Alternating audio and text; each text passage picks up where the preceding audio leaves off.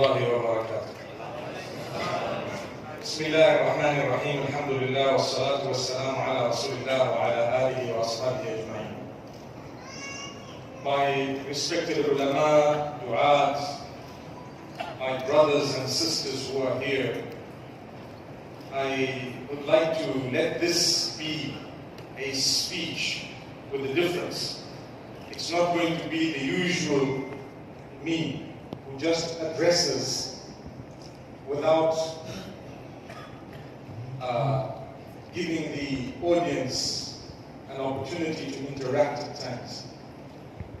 And I'd like to be thinking while I'm speaking about the reality on the ground, because wallahi, my brothers and sisters, we are here for the sake of Allah to save lives. We are here for the sake of Allah to save lives. We witness what is happening across the globe, not only in the Philippines. I have traveled to many countries. Those who promote peace are at danger. They are at danger by those who don't want the peace. And those who don't want the peace are sometimes known and sometimes they are hidden. They are hidden.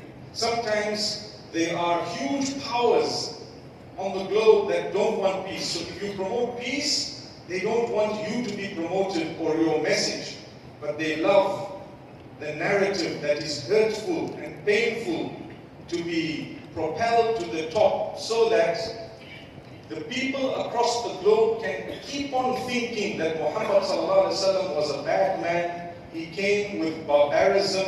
He came with that which was evil. He did that which was wrong, and he taught that which was wrong. That's the reason. They want to demote Islam. So they want to demote anyone who preaches the true Islam.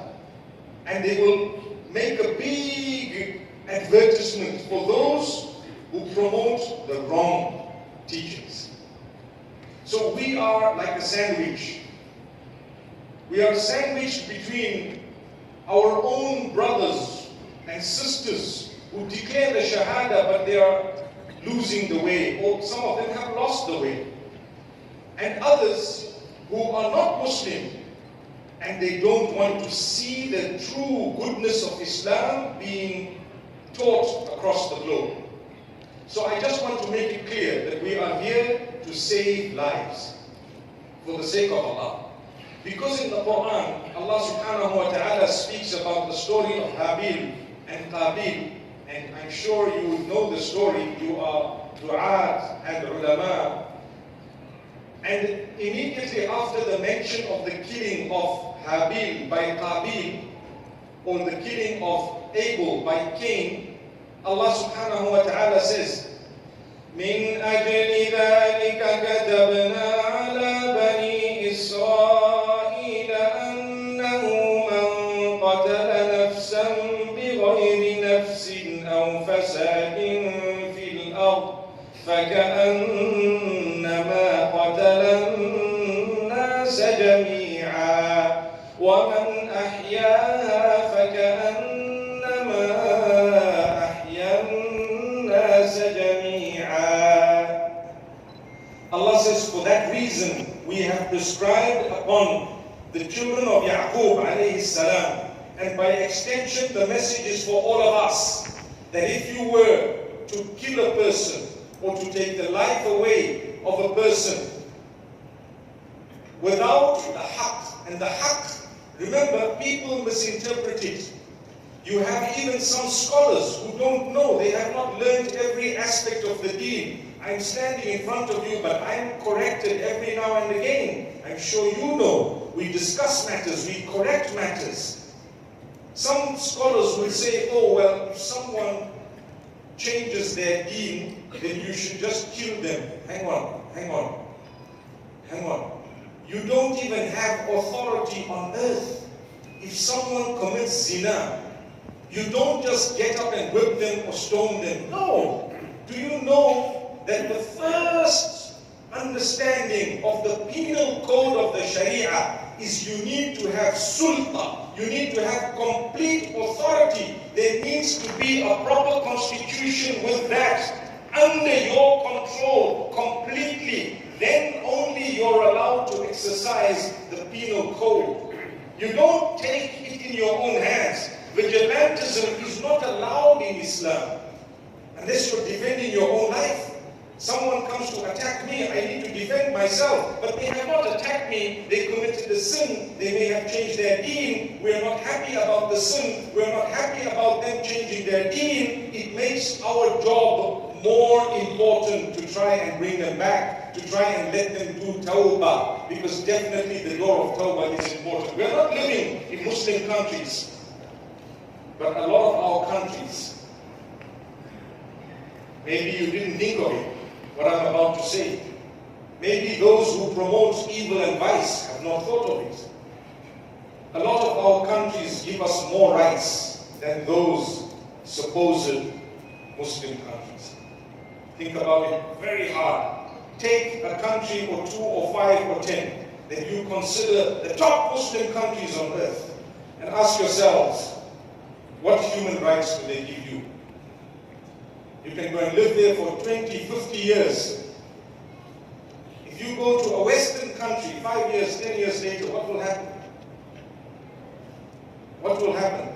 They'll probably afford you citizenship in a way that you become an equal with them, such that you can not only vote, but you can stand in to get into the parliament. I'm not trying to support or defend. This is a fact. It's a reality. But you can go to a Muslim country for 4 generations or 3 or whatever. What happens? You're probably treated like a 10th class citizen, if anything. And you could be kicked out at any moment. And you could be treated like anything. But you don't even understand. We still think that we need to harm people in order to spread the word of Allah. So, like I said at the beginning, these are real facts that we need to discuss with those who look up to us. Every one of you has a following. Following means people who look up to you. Ultimately, we are following Allah and His Rasul, sallallahu alayhi wa sallam. But each one of us, Allah has blessed us in a way that people want to listen. People would actually look up to our guidance. How can we waste our time and theirs in a way that others get hold of their minds and their brains and their hearts and convince them otherwise? When we were there, they looked up to us. The vacuum was not filled, so someone else seized that opportunity. So, when Allah says, whoever takes away a life without haqq, haqq here is referring to that which is totally and absolutely clearly condoned within the legal system of Islam, which is extremely complex. It's more complex than the legal systems across the globe. To take the life away. Why is it so sinful? Because the giver of that life was Allah. If He wanted, He could have taken that life away without you. This is what people don't understand. Who gave you life? Who gave the other people life? Who gave all the creatures of Allah life? Allah, the one who made you, made them. How dare you take a life away that Allah gave? What makes you justify that? Take it away. For what? If Allah wanted, He could have taken it away at any time. Don't we believe Allah is in control? He is the nourisher, cherisher, sustainer, provider, protector, curer. We talk of Aqidah, we talk of Tawheed. We speak about these things within our speeches. We don't need to. I always say, among the scholars, you know why we tend to fight? Because we don't know how to deal with difference of opinion. Each one needs to ask himself. This is question number 1 for today. Who are you serving? Are you serving your university that you studied at? Are you serving the sheikhs, the scholars? Are you serving names? Are you serving your small group? Are you serving your little Islamic organization? Are you serving? If that is the case, you don't belong to وَقَالَ إِنَّنِي مِنَ الْمُسْلِمِينَ. You don't belong to that. Why? وَمَنْ أَحْسَنُ قَوْلًا مِّمَّنْ دَعَا إِلَى اللَّهِ وَعَمِلَ صَالِحًا وَقَالَ إِنَّنِي مِنَ الْمُسْلِمِينَ. Read that 1,000 times and understand what it means. Don't let someone lie to you that it means you must fight each other. No. Who is there better in speech than the one who calls towards Allah? I will spend my whole life calling towards Allah, bearing in mind that إِنَّكَ لَا تَهْدِي مَنْ أَحْبَبْتَ وَلَكِنَّ اللَّهَ يَهْدِي مَنْ يَشَاءُ. Rasulullah sallallahu alayhi wa sallam was told that you do not guide whomsoever you wish, but Allah will guide. فَإِنَّمَا عَلَيْكَ الْبَلَاغُ وَعَلَيْنَا الْحِسَابُ. O Messenger, your duty is to convey the message. We will take account of the person. Your duty is what? To convey. Balagh, muballigh, du'a. Du'a means da'wah. Du'a means da'wah. Keep calling the people. Keep calling the people. So you need to know that we as du'at, who do we serve? If we think we serve our own places of study, which is a crisis, we become small groups fighting each other, each one calling to his sheikh.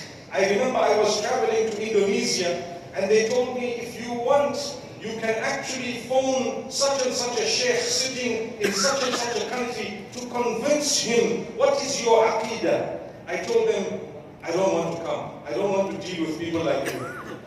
I don't need to go. If you believe that some sheikh sitting in a Muslim country or non-Muslim country can read my heart, there's a big problem. I won't say shirk, but I think if I said it, I wouldn't be wrong. How can I believe someone else? I must go to them to actually prove inside my heart. Tomorrow they will say something else. And I knew that that is the root of extremism. Root. Why? You want to be acceptable by someone who's going to rule your heart, not my heart. No. Maybe my words. If I made a mistake, correct me. If I said something wrong, tell me. Alayk al-balagh. But the hisab is Allah's, not yours. Alayk mada? Al-balagh. So Allah is telling Muhammad sallallahu alaihi wasallam to be careful. I want to tell you, we are serving Allah. وَقَالَ إِنَّنِي مِنَ الْمُسْلِمِينَ. We say, I am a Muslim. Yes, I will follow Ahlul Sunnah wal Jama'ah. I will follow my understanding to the best of my ability because hisabi ala Allah. وَلَيْسَ عَلَى الْبَشَرِ وَلَيْسَ عَلَى أَحَدٍ وَإِنَّمَا عَلى اللَّهِ. My account is with Allah. So is everyone's account with Allah. When people follow a different school of thought, wallahi, according to them, they firmly believe they are right.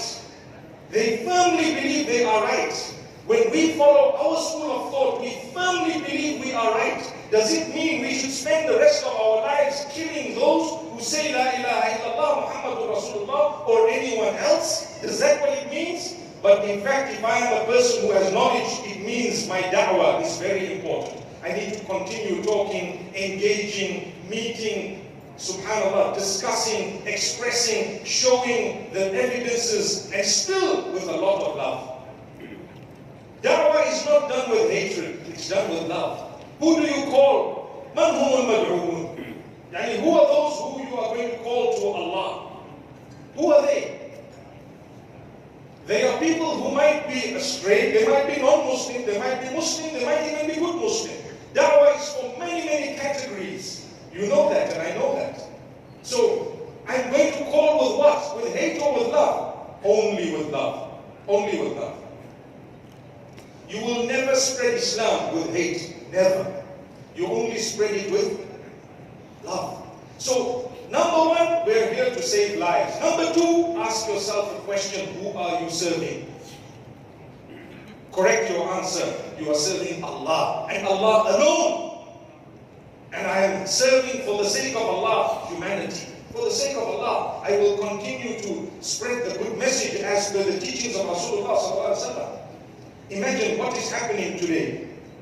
is very strange. Very strange. People who use big Arabic words, but sometimes they themselves cannot read the Quran. They cannot read the Quran sometimes.